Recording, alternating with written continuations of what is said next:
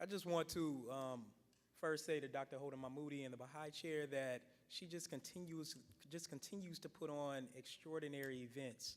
And I think even just today, just in the 45 minutes or so that we've been together, we're already sort of seeing this. So I hope that everyone sticks around for the rest of the conference for the other 2 days, because the speaker that you're about to hear is just simply extraordinary. First, a couple of announcements. Following the lecture, there will be a book signing and a reception in the back. Second, so hopefully you stay around for that, get some good food and other things, and have a good conversation about the talk. Second, you should have got an index card, and on that index card, if you get an inkling about a question or something that you want to know that Dr. Carter is discussing, write that down. Someone will come up and get those questions, and then we will incorporate that into the Q&A at the end of the talk. And so what I have the distinct pleasure to do is to introduce Dr. Prudence Carter.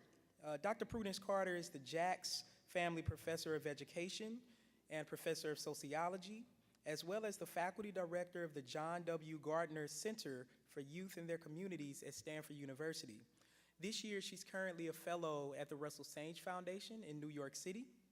Professor Carter's research and teaching experience focuses on the areas of inequality and the sociology of education, with a particular focus on race, ethnicity, class, gender, culture, and identity. She's the author of 3 books, including the award-winning Keeping It Real, School Success Beyond Black and White, which was published in 2005, which is just a signature book on race and education. So if you want to know about race and education in schools, you need to read Keeping It Real, School Success Beyond Black and White. Next, in 2012, she published Stubborn Roots, Race, Culture, and Inequality in U.S. and South African Schools. She is also the co-editor of Closing the Opportunity Gap, What America Must Do to Give Every Child an Even Chance. All of her books are published with Oxford University Press. She's also published a series of journal articles, book chapters, and essays. Professor Carter holds a PhD and a Master's of Philosophy and Sociology from Columbia University, as well as an MA in Sociology and Education from the Teachers College at Columbia University, as well as a BS in Applied Mathematics and Economics from Brown University.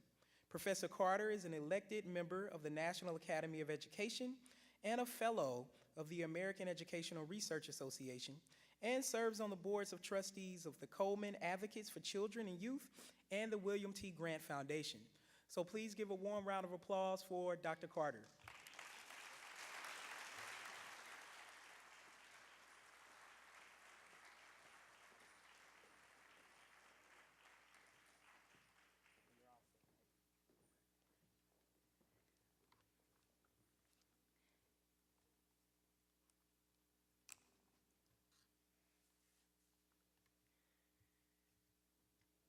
Good evening. Thank you very much for that warm introduction, Professor Ray. I'm so proud to be able to say Professor Ray. I met Rashawn when he was a graduate student, so it always warms my heart to be able to see how well students go on to do, and he has always been a dynamic one. So the University of Maryland, I will say, do whatever you can to keep him, because he is a dynamo. Thank you, Professor Mahmoudi, the Baha'i Chair of World Peace, Professor Ray, Ms. Sellers, the conference coordinator, for inviting me. Indeed, it's really an honor and a privilege to be able to open up the conference this evening. I am quite taken aback that I'm the opening speaker for such an important conference, but so happy to be here, and I pray that the words that come out of my mouth will make some sense to you and will perhaps touch you, because I do think that these issues are so critical to our global society as well as our national society. I am a sociologist, and as a sociologist, I have come to understand various forces in our country through the eyes and voices of young people. And much of what I have to offer you this evening comes from what they have shared from me and observations in a very important social institution, and that is the institution of education. I see education as the vehicle for ameliorating the enormous amount of inequality that besieges our global community, that besieges our nation, that besieges our cities, our towns, our districts. And often I find children and adolescents to be quite incisive. They cut to the chase when they want to about things that are happening to them in schools. So I will share quite a bit of what I have to say through their voices this evening. And I hope that you will come to understand why youth and children have become my research muse. They help me to develop conceptually and theoretically, and they certainly enrich my work empirically.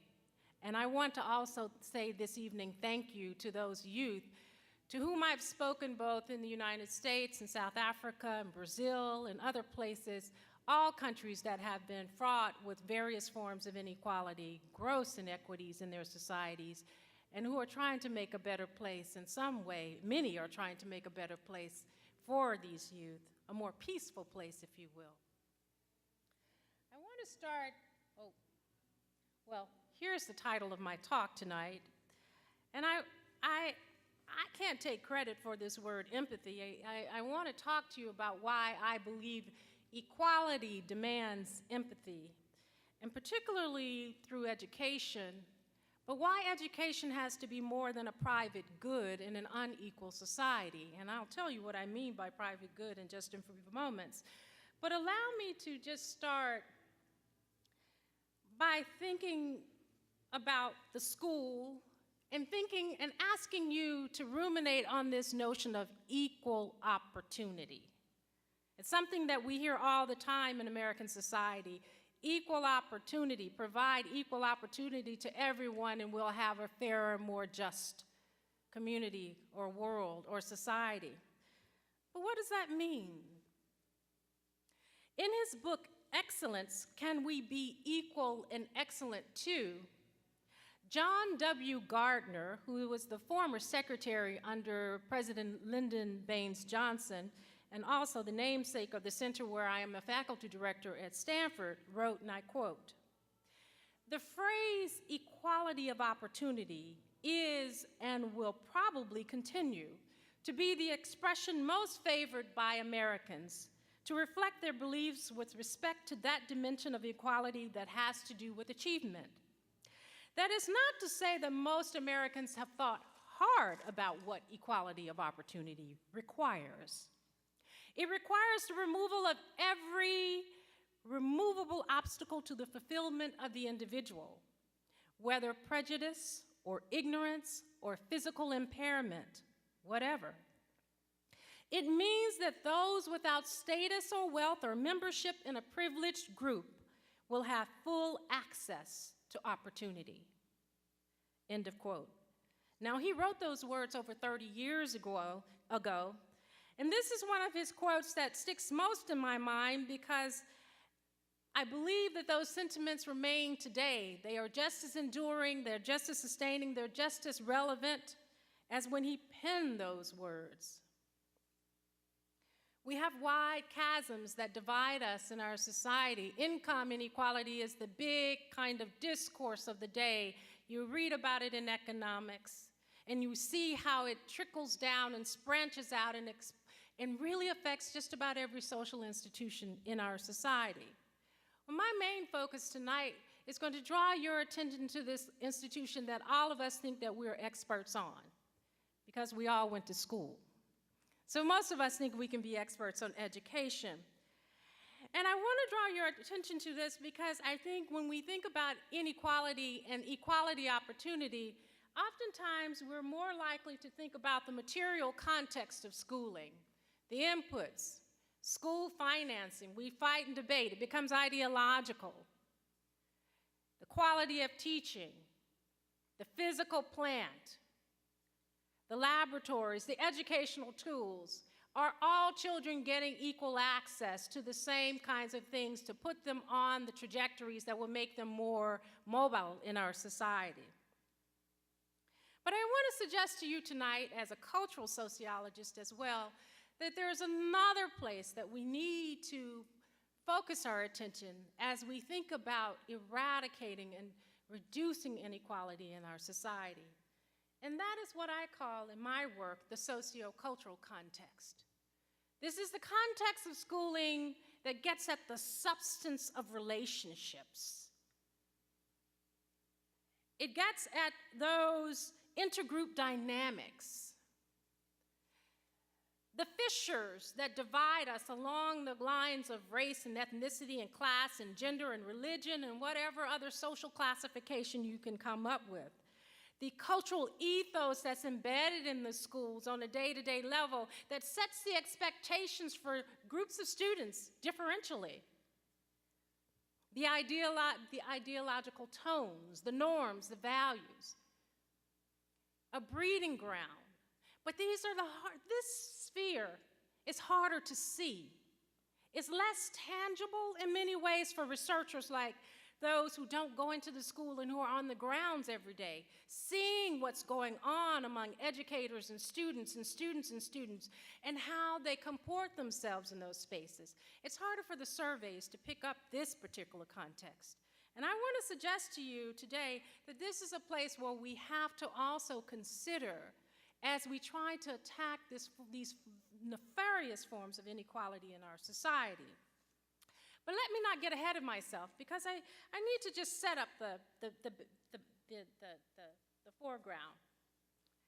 In terms of our youth, particularly those in the United States and their educational well-being, the terms achievement gap and test score gap have dominated policy discussions for more than 2 decades.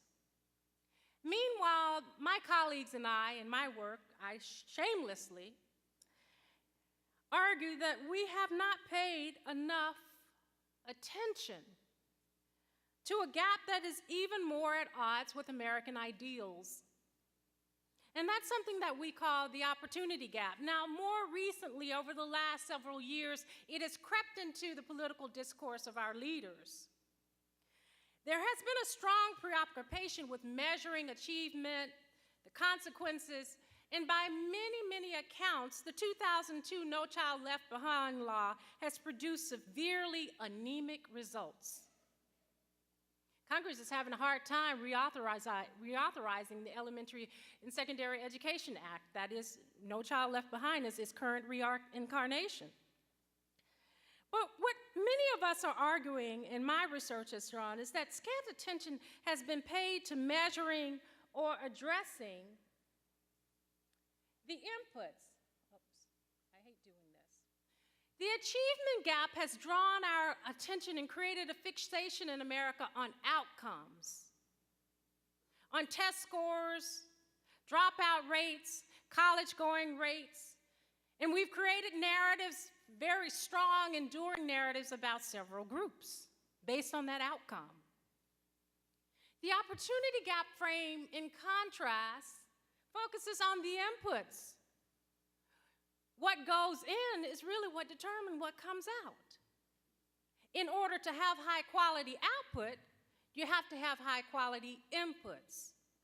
And what we know in American society is that across our 13,000 plus school districts and thousands of schools, the material and sociocultural contexts that constitute these schools where American school children go every day are not at parity.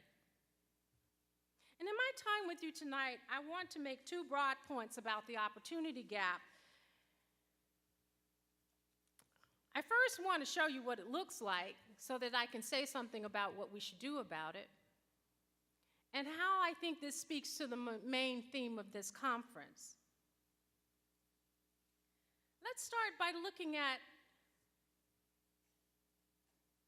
the children in this country, those under 18.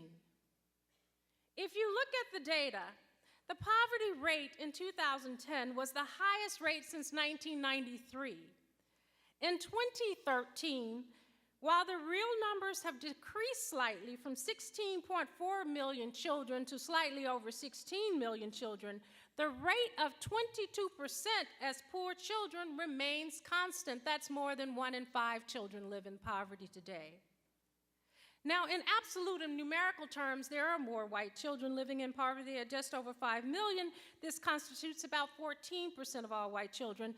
But for African American and Latina youth, however, the proportions living in poverty are significantly more disparate and depressing. Nearly 3 times as many Black and more than twice as many Latino children live in poverty. This radical disproportionality by race and class is what we refer to as the color of poverty, or even the racialization and the ethnicization of poverty. Now, the color of affluence is different. If you look, here's another slide, disaggregating it, showing it to you. It is becoming more normative for African American, for Latino, and for American Indian children to live in very poor or low-income neighborhoods. Nearly 2/3. That's a lot of children, compared to about 1/3 of white and Asian children. The metaphor that I like to use here is one in which some people find useful, and that is, we're expecting these various groups of children to all get to the proverbial floor 16, that is to graduate from college, right? But some of those kids are on elevators that go at a bullet train speed. Others are on escalators that are smooth and well-oiled, and they move and they go up and up and up. And others are on broken stairwells with missing handrails and broken steps that you can trip on, and they all have to get to floor 16 at the same time, relatively. The speed at which they get there, comparatively, is what we call the achievement gap. But now consider the modes of mobility. That is what we call the opportunity gap. And you have to ask yourself, is that fundamentally fair in American society?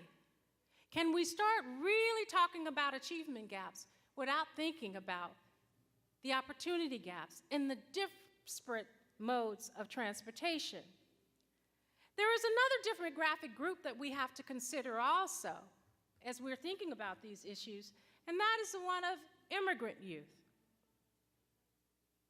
Among school-age children, speaking a language other than English at home, the numbers rose from 4.7 million to 12 million between 1980 and 2012. That's a large percentage.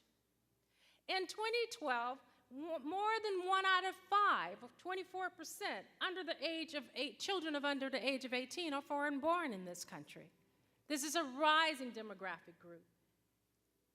41% of Hispanic children between the ages of 6 and 18 have parents with no high school education. And children of foreign-born parents are much more likely to live in poverty. These are the children who are on the broken stairways. Wealth looks very differently in our society. And I'll just let you pay attention to this. These are data from the Census Bureau, the last census that we have. And you'll see that the majority of households, half of all Black and Hispanic households, have income below $40,000 a year. That is not the case for their white and Asian counterparts. So the disparity, the inequality, I think I've convinced you, right? That there is inequality in a society. I probably don't have to. So that's the first point, just laying the ground rules of what I'm talking about when I talk about the opportunity gap. Here it is in wealth dollars, if you'd like to see it, looking at the median net worth. This is not just household income, it's the net worth, the wealth of families. And you'll see, disturbingly, that we're talking about 7, 8, 9 times more wealth for the typical white family in the society, the median white family, versus those who are African American and Hispanic. So, the broken stairwells, the smooth riding escalators, the speedy elevators, And then when our children ask the grown-ups, we say that education is the way to climb out of the poverty. This is what is happening to those who are in the broken stairwells. We say, climb on up, reduce the achievement gap, reduce those inequities, make our schools look good, become exemplary and superior, get those test scores up. But you better do it on those broken stairwells. And some of you might get on the smoothly oiled escalators, but very few, if any of you, will be on those bullet train speed elevators. I want to ask you the question tonight, and this is a philosophical as well as a realistic question, I think. Many of us get in trouble. Do we demand or ask for equality, or do we demand equity? What is the difference? Equality gets at this notion of from this point forward, everyone receives the same resources. You see, in America, we think since the civil rights movement, a lot of the things just smooth out, and everybody should just get the same thing, and we're all, things were corrected, if you will, in our society. And so we use the discourse of equality. But the problem is that we never, ever got people to the same points in the starting line in order for the infusion of the same resources to actually work effectively for all groups of people. Equity, in contrast, argues that we bring everyone up to a baseline, and then we apply equality. Now, the question is one more just than the other? Should we be striving for equity in American society? Should we be using the terms equity more as opposed to equality? Now, I just said it in words. Sometimes pictures make more sense. Which one should we? Which one will draw us to a more equal, a more fair, a more just world? Certainly the little short one on the right, and I'm not being sizist. He's been applied the same box in the left hand. Well, look what happens when we apply equity. He can see just like the others. This, I suggest to you, is the fundamental paradigm. It is the approach that we should be using in our society if we want to really use education as that vehicle. To get away from the cliche, we say education is the great equalizer of society. In order to be the great equalizer, we have to get to an equitable foundation. Fortunately, we have some new policies and interventions in place, that can tackle some of these larger conceptual issues. And so where should we go?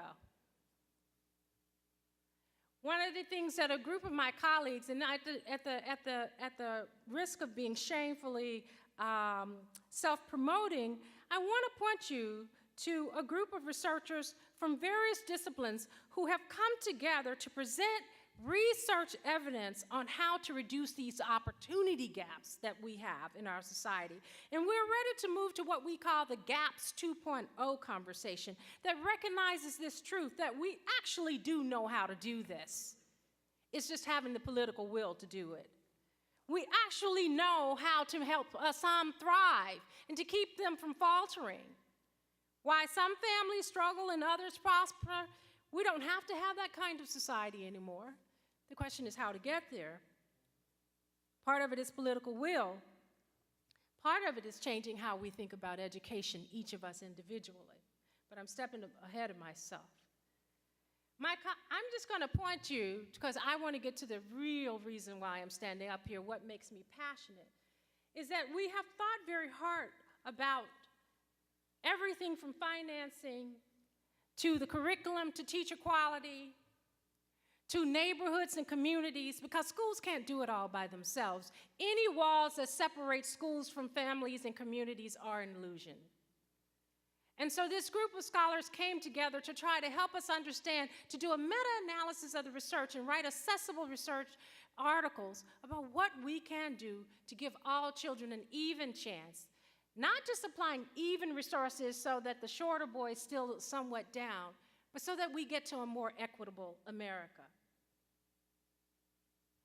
But here's my second point, and this one really aligns with thinking about what each of us can do in our day-to-day lives. Because I'm going to say something provocative now.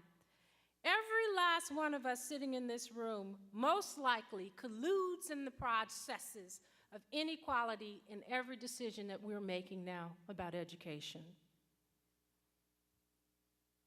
I'm going to start, as I say, my research muses are my students. Here's a group of African American boys who attend an affluent high school in the Northeast, and I was fortunate to witness a debate that they were having among themselves. Now, they were a part of a 40-plus-year-old program that had been bringing in low-income, racial and ethnic minority students from the central city to create a diverse schooling environment. And these boys decided that they wanted to talk about it. My questions prompted this. Talk about, why are we really here? I'll give you a moment to read this.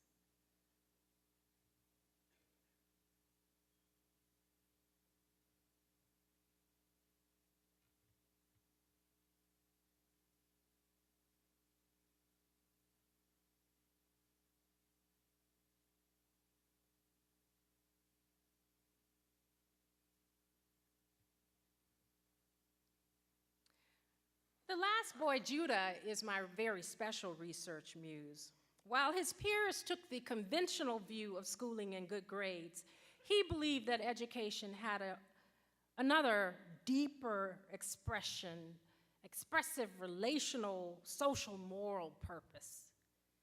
And he continued. I'm going to let you read this. I don't believe in reading PowerPoints. I'll give you a moment to read this. He explained himself.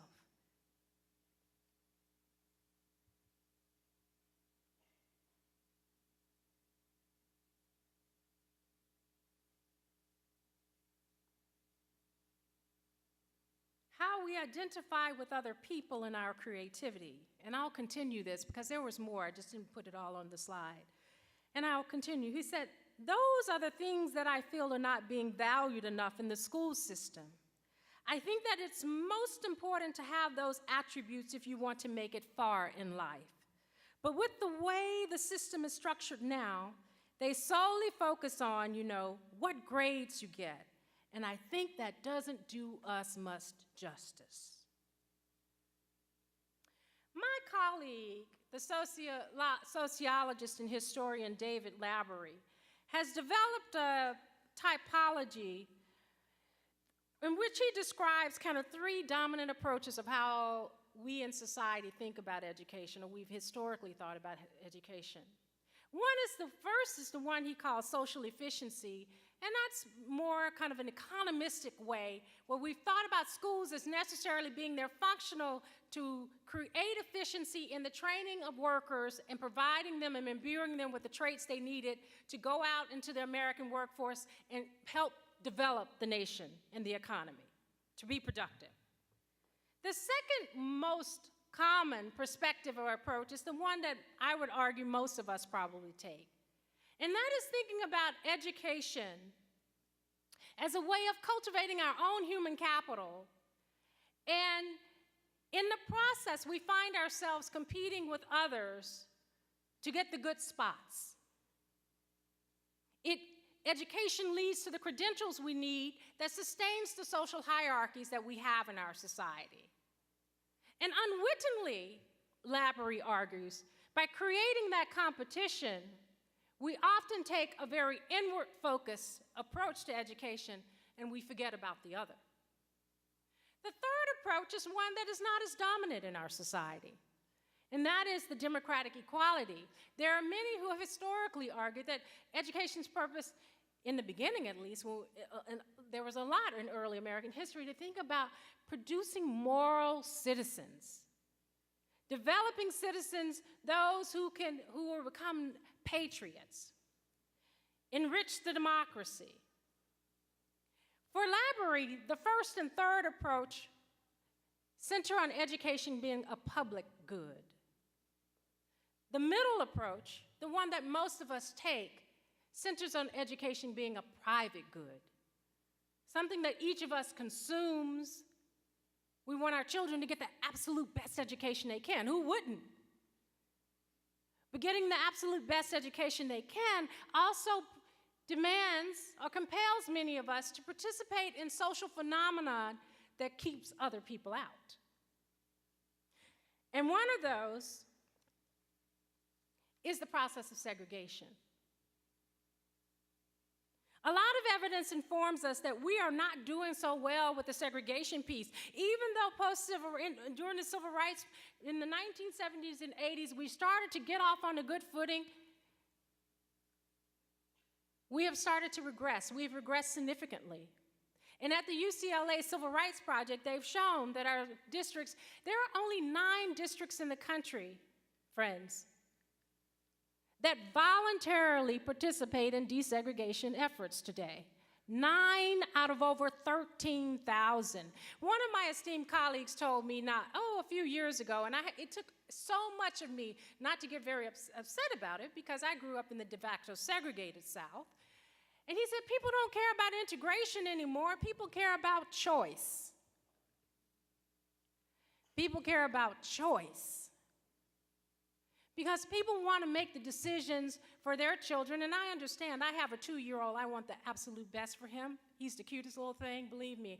And I'm sorry, but I do believe that. Now, you may not, based on what he did on the train today. But I want the best for him, too. But the problem is making those decisions for the best for my children that then collude in processes and forces that keep others out and that sustain the differential types of modes of mobility that we have that I showed to you earlier. But when we try to diversify our schools, we often don't do so well. So we got the problem of that segregation on one hand, and then we have some communities there have been attempts to diversify because we do believe that for some, that is a process of creating equal opportunity in our society. But my research also shows that there is a problem with considering diversity and desegregation the same as integration. Those 3 concepts are not the same. When I walk into high schools where there are different social groupings of kids, and I went back to high school in 2007 and 2008 for over a year. I'm not doing that again. I'm kind of done with that. But I went back and I sat in classrooms every day. Half of the time in South Africa and half the time in the United States. I had to carefully navigate each time where I was going to sit.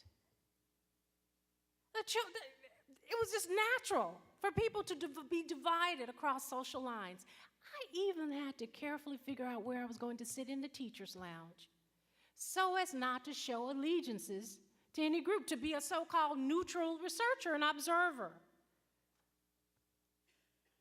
Similarly, when I walked into these schools,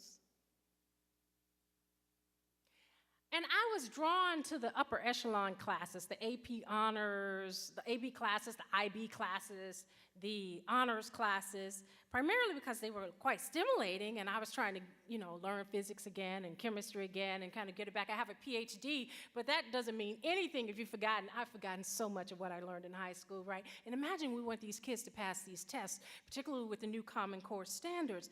But similarly, when I would be in these schools that were trying to diversify, I observed strong correlations between participation in different extracurricular activities and different course selections and the social groupings. In one school, baseball and cheerleading were to white boys and white girls, respectively, as basketball and step dancing were to black boys and black girls, respectively.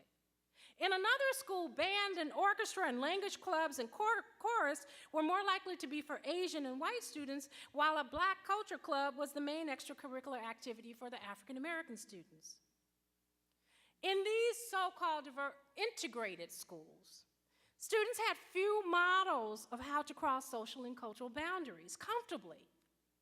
And they did not know how to be what I call socially and culturally flexible. We often fear moving too far beyond our social and cultural comfort zones, don't we? don't we?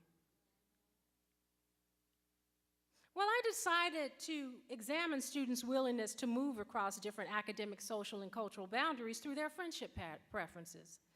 And here are some findings that I picked up. I won't bore you with beta coefficients or anything. I just want to show you some of the findings. Among all students, and there was a scale of how likely are you to be friends with students of these different categories. Those were the preferences for same-race peers. We had racial attitudinal data questions in the survey. They were the least likely, of course, that makes sense, to be culturally flexible. For white students, the study spanned the southern part and the northern part of the United States and in comparable regions in South Africa. In the United States, among white students, those in the Northeast showed higher levels of cultural flexibility than those in the southern states.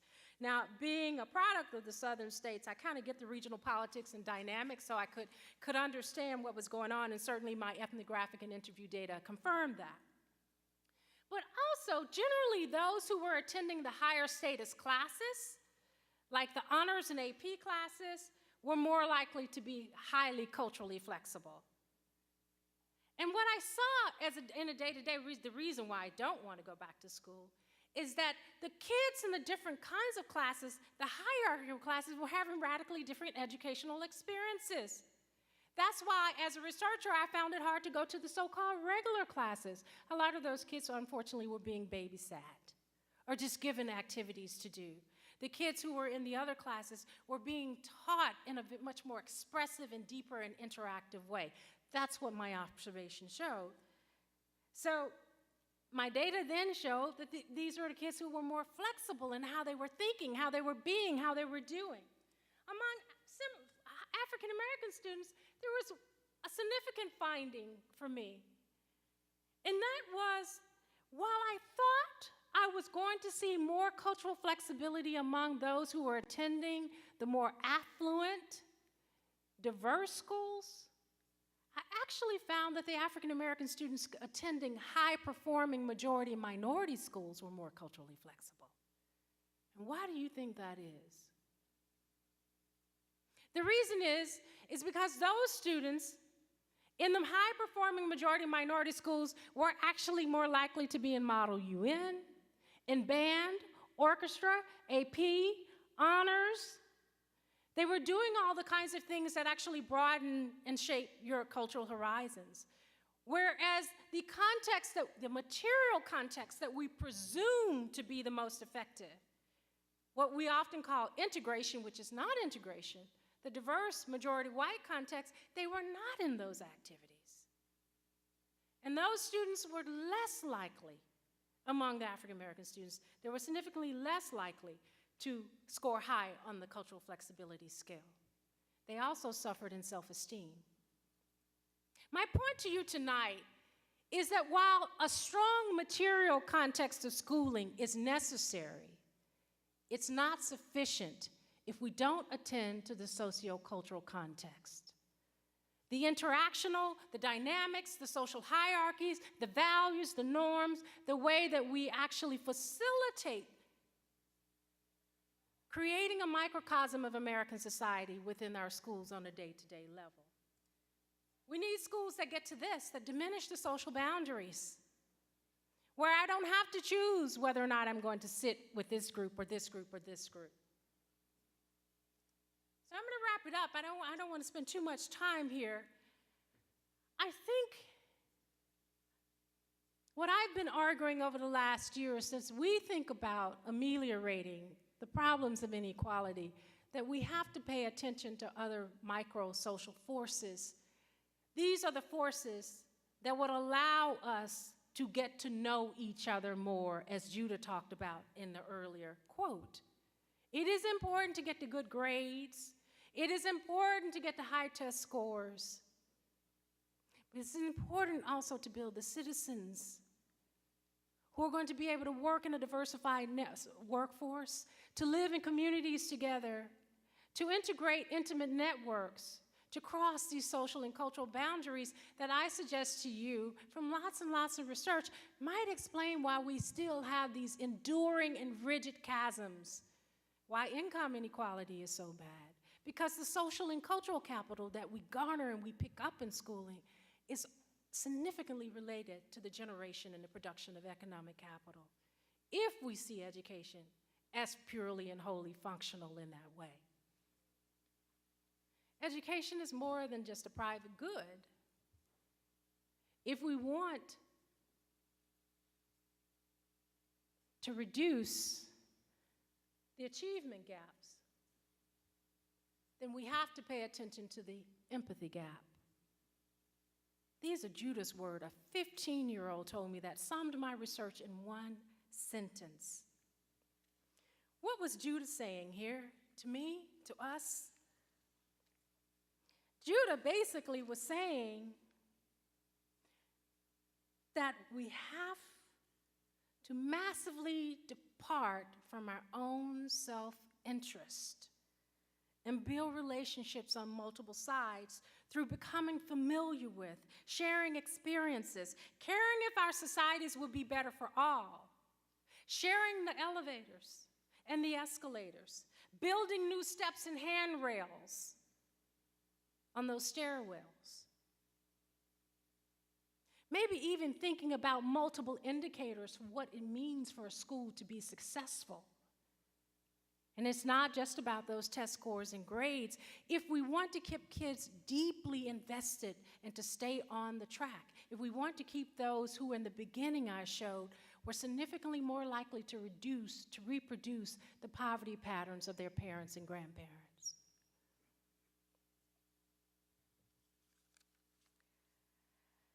As our children and youth are called to do, we now need to seize an opportunity. We need to change the conversation and refocus the education debate on deeper, more highly effective ways of doing education.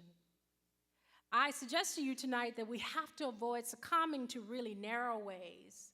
Measurement and assessment are not what it's all about in education. In addition, history tells us that we have the capacity to move from living with rigid mindsets, we know we do, that perpetuate the kind of social divisions that have marked our nation, to a society filled with individuals with more flexible minds and willingness to move across social, cultural, economic, political, religious comfort zones, so that the impressions left on our children and youth and their futures are broader and bolder. We have a lot more work to do, my friends. And of course, I strongly believe that we can shift the tides of social inequality, the tides of educational inequality, with ample opportunities, with culturally flexible minds, and with empathic hearts. Thank you.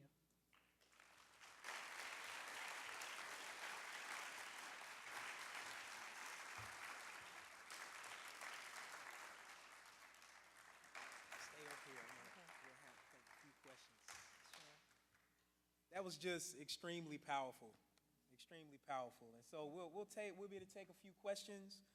The first one is kind of a two-parter, and the first part is focusing on how we equalize school funding and the ways in which we might detach it from property values, right? So we know that property values are really driving school funding today. So if we're striving towards equity, how do we approach that? And is it just as simple as the federal government deciding to make different decisions about how school funding is allocated? And the second part of this is related to school funding from a federal level. What is your response to those who say, well, inner city schools and inner city students, as it relates to per pupil spending, are actually getting more federal funding than students in suburban schools? So isn't that equity?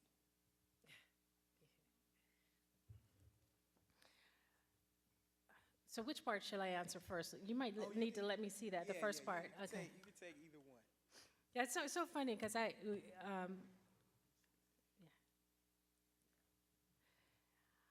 well, to answer the first part about equalizing school funding and detaching it from property values, I'm going to go back to what I said earlier. Any walls that separate schools from the communities they're located in are an illusion I fundamentally believe, and my colleague Sean Reardon, actually, who's a sociologist who has done quite a bit of work on segregation in American society, has been able to show, he right now has, I just saw him do a presentation this weekend, he has the records of some data on all 13,000 districts in the country.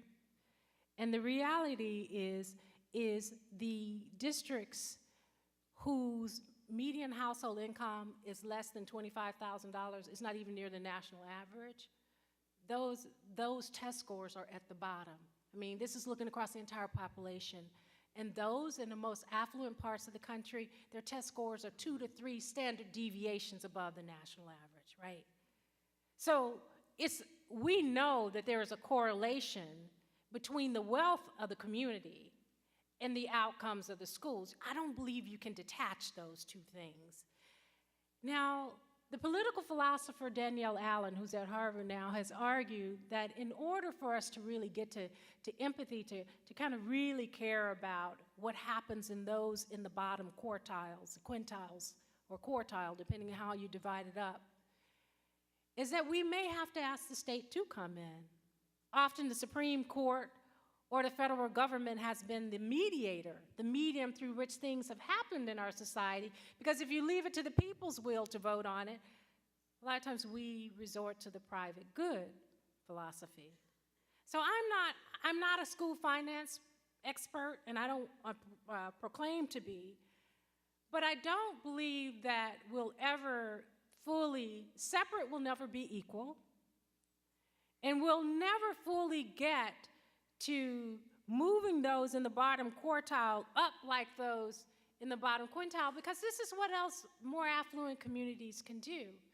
Even if you detach it from the state, you can set up private foundations. Where I live in Palo Alto, the average family is asked to contribute $700 to $1,000 a year for each child in the school system to go to a foundation. The county I live in, when the state of California decided to cut its taxes, to cut back on, the allocations to education, the communities like the one I live in were able to locally tax themselves, or they had a vote, to raise more separate from what the state was giving. So in a democracy where people have choice, you can't really divorce those things. Now, some people say, well, what about those schools who have Title I? Isn't that creating equity? I want to ask, how many of you have actually been in inner city schools that get Title I funding? Do they look like they're jamming? Like they're like college campuses? I used to be an admission officer, and I would travel across 7 states to high schools across these states. I would go into some of the most gorgeous pastoral settings, and then I went into some settings where I couldn't even find a piece of chalk in the classroom. I don't believe Title I is sufficient to actually create equitable conditions. Jonathan Kozol wrote a really, really good book many years ago called Savage Inequalities, where he documented in a journalistic account about what's going on in America's urban cities. It's still the case for many places. I'm not saying or suggesting to you, as my talk clearly said, that it's all about money. But here is the challenge I pose to American society. If it is the case that those schools can do more or do extraordinarily well with what they're given, why don't we create an experiment in American society where most of our districts do that? Now, none of us would want to do that. That's crazy. That's a crazy thought. You're like, Prudence Carter, get off that stage now. I'm not doing that to my children. That should tell you something in and of itself. And that's the private good mentality.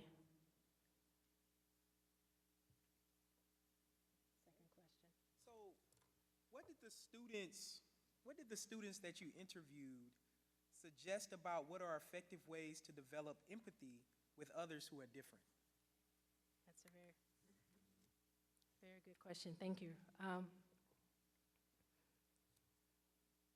So it's very, very hard. One of the ways in which we've tried to create diversity And we've attempted integration, though I suggest we never really got to it. We got to desegregation, which is about demographics, and integration is more about the transformation of an organization. But for these students, I learned the most about empathy in my South African research. In South Africa, you know, apartheid lasted much longer than, well, actually came and wasn't ended until 1994.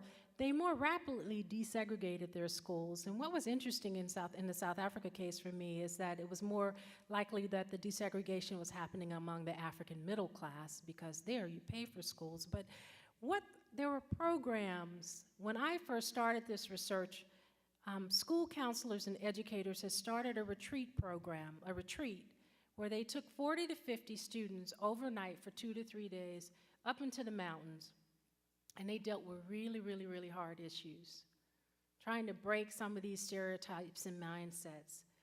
Fast forward about 6 years later when I go back, and that had grown from 40 to 50 students to almost every student in the 10th grade class. And so by the time they get to 11 and 12, they have wrestled with some deep, intimate stuff with each other.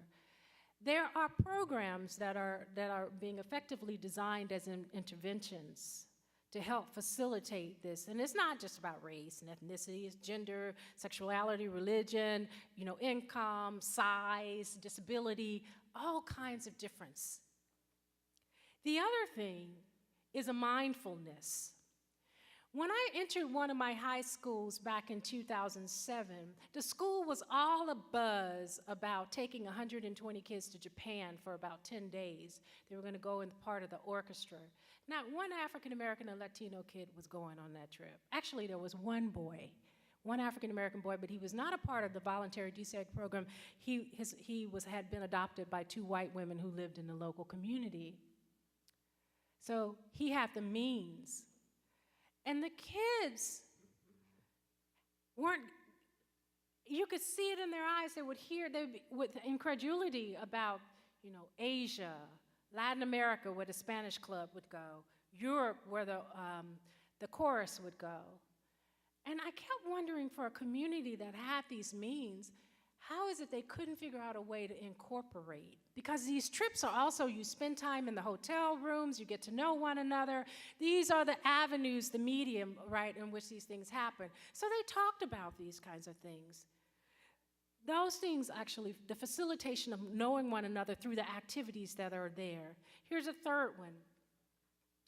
One of the things that we unconsciously or unwittingly do in reproducing inequality as educators is we sometimes say things without thinking, or we think we're doing things for the best of our children and not. I remember walking into another high school, and I told you I love to go back to high school in some instances, because there was a class on gender relations in ancient Rome that was being taught. Now, in a high school. I mean, that's something I would have to wait to college to even hear about if I got to that. But I said, well, I've never taken that topic. Let me go. And I said, oh, Miss Johnson, that's a pseudonym, I'm going to see this class. She said, what class? I told her, she said, our kids don't take anything like that. Our kids, meaning the kids who have been bussed in.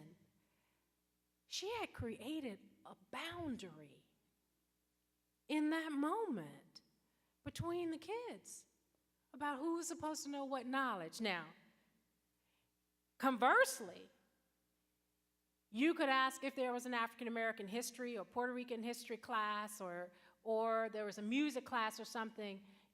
Why is it just the kids to whom that pertains or who of that background, they were the only ones there? So for these kids, educators needed to be more vigilant and mindful of how they were cross-fertilizing in the various spaces in the school. Do we think about those things? I think a lot of times we're really unconscious of how we're doing it. Observers may see it. We think we're doing the best thing for our children. Well, they need more time on math, or they need more time on this, or remediation, so you create these rooms, and we cordon them off.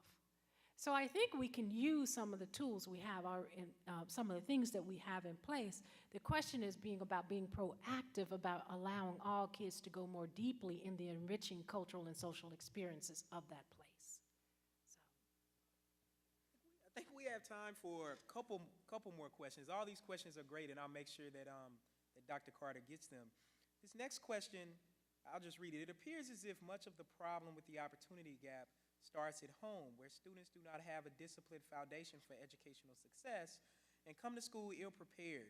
What can policymakers do to positively affect the conditions of the family to foster growth in educational opportunity? And I think this really sort of builds on Patrick Monahan's notions and kind of the fact that people are bringing this up because of the anniversary of that report. It never fails. I always get that question. And certainly, you have a multifaceted problem and a multidimensional problem that requires multidimensional solutions. So I would not stand here and disavow the fact that the family context doesn't matter. But let me say this. There are fundamental structural reasons why families are poor, why they're ensconced in communities that are deeply afflicted with various social ills. And, you know, it's actually not uncommon. One of the things that I think about in my own research is I've met some parents. A lot of the parents of children in school today had awful experiences in school themselves. They have deep distrust for education. And if they didn't have a successful experience, they really don't know how to help their children many of the times to navigate successfully, which is why many community-based organizations become fundamental forms of social capital in these particular communities. We have all kinds of programs that children can go in that are part of enrichment, that become a part of their elementary, middle, or high school experience. And the parents are doing the parenting by getting their children to those programs. For many of them, they're the best they know how. When it comes to immigrant families, where I showed you the data, many of them, a significant proportion, don't have a high school diploma. They came here and brought their children here for a better opportunity. For me, that's good parenting. Now, they can't help their children with their English homework or their math homework and such if they can't read English themselves.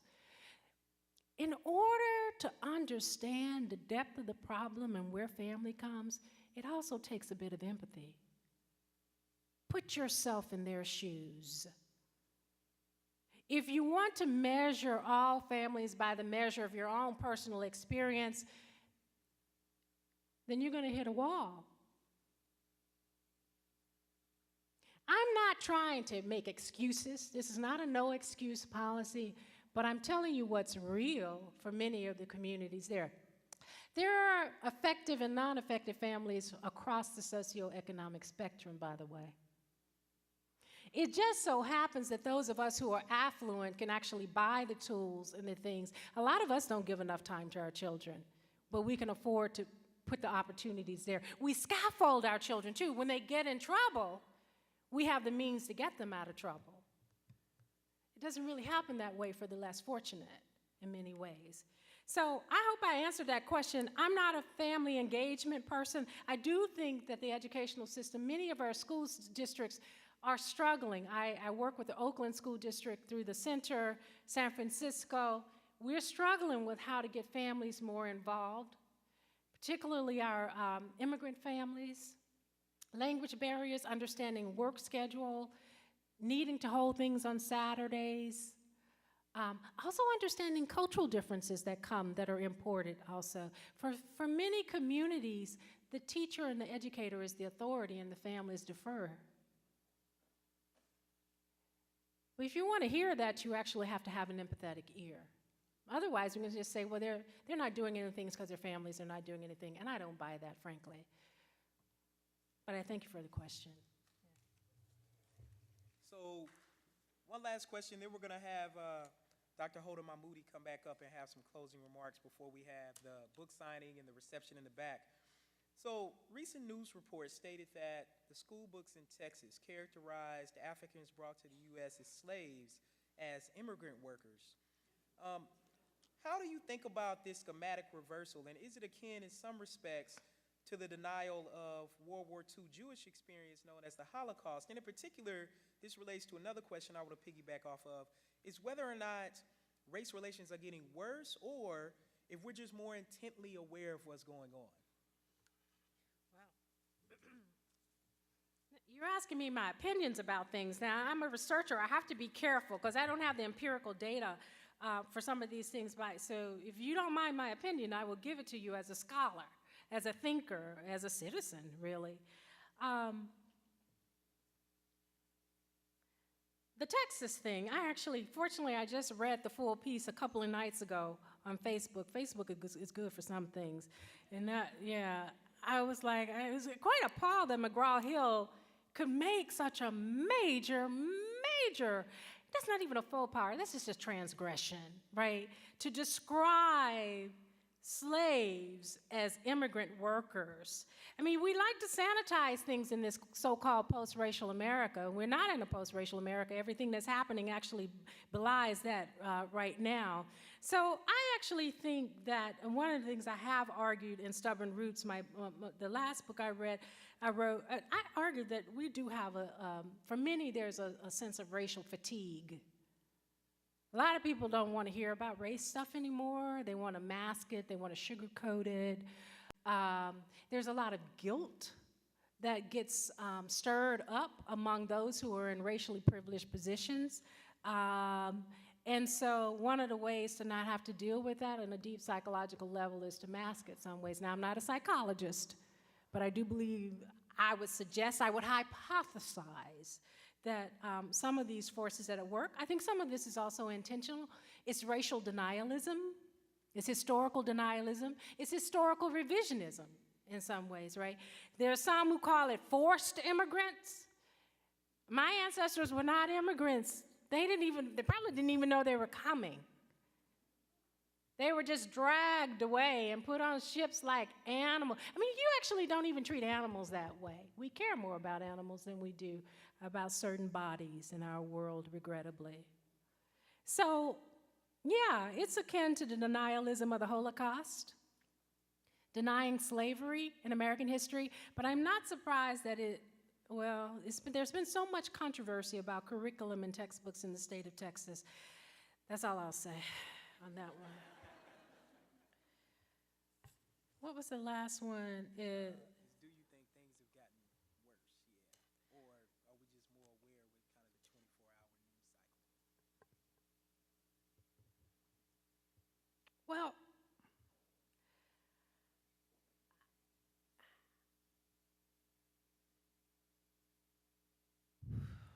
I do think that the 24-hour news cycle and social media heightens our awareness. Just imagine everything that was happening without this. So there's something that's kind of powerful about the democratization of social media. Just about anybody can write opinion now, write essays, bring to our attention, and such. Here's what I think we are. I think we are in a moment in American history, in global world history probably, where we're being forced to go beyond the minimal threshold of acceptance. We thought it's not enough just to cast off the bad laws, the de jure forms of discrimination and oppression. It's now time to deal with the de facto. And the de facto makes a lot of us uncomfortable. You know, when I first went to South Africa, I had the woman who rented me my flat, very nice woman, very, very nice woman. She didn't even know what she was saying when she said it. And I don't want to use South Africa because we do it here, but I'm going to tell this story because I think it really animates the idea. She said, you know, many of us mourn, she's a white woman, we mourn the demise of apartheid because it was just so comfortable. We all had help. We all had she said, and she's saying this to me, but you know, as an American in South Africa, I had a different status than a black South African. Race is deep, it's really deep across the globe. But it speaks to how constructed it is. And I think that's kind of it, is that if it means shaking up things, we're also shaking up fears that we may not have as much as we have if we're forced to reallocate. That's the private good mentality again. And the country is paying for it. One of the economists who contributed to our volume have been able to calculate how much it costs us as taxpayers for every cohort of dropouts that we have in this society. If we don't keep people invested in the education machine, it costs billions through the social services. You know what? If you could look at the data, we're now spending 4 to 7 times more to incarcerate an individual than we spend per capita in the schooling. Now imagine if we invested that money up front.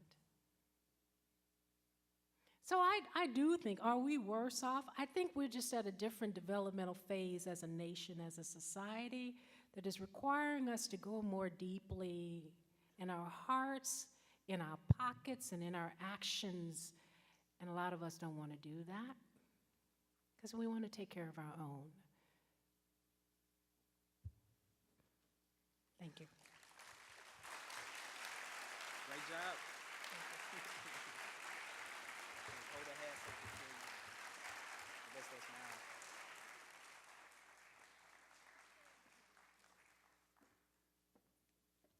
I wanted to just thank Professor Prudence Carter for coming this evening, because if I explained to you how she had to travel with her 2-year-old on a train and all of that stuff, you would really appreciate the fact that she agreed to be here tonight, and she's working, I think, on a book.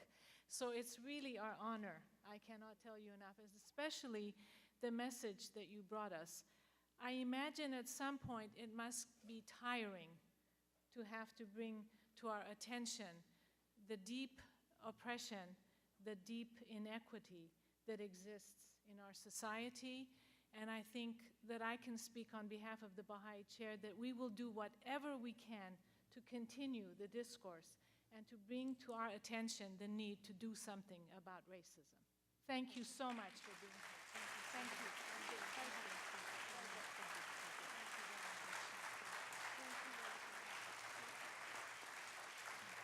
I know you need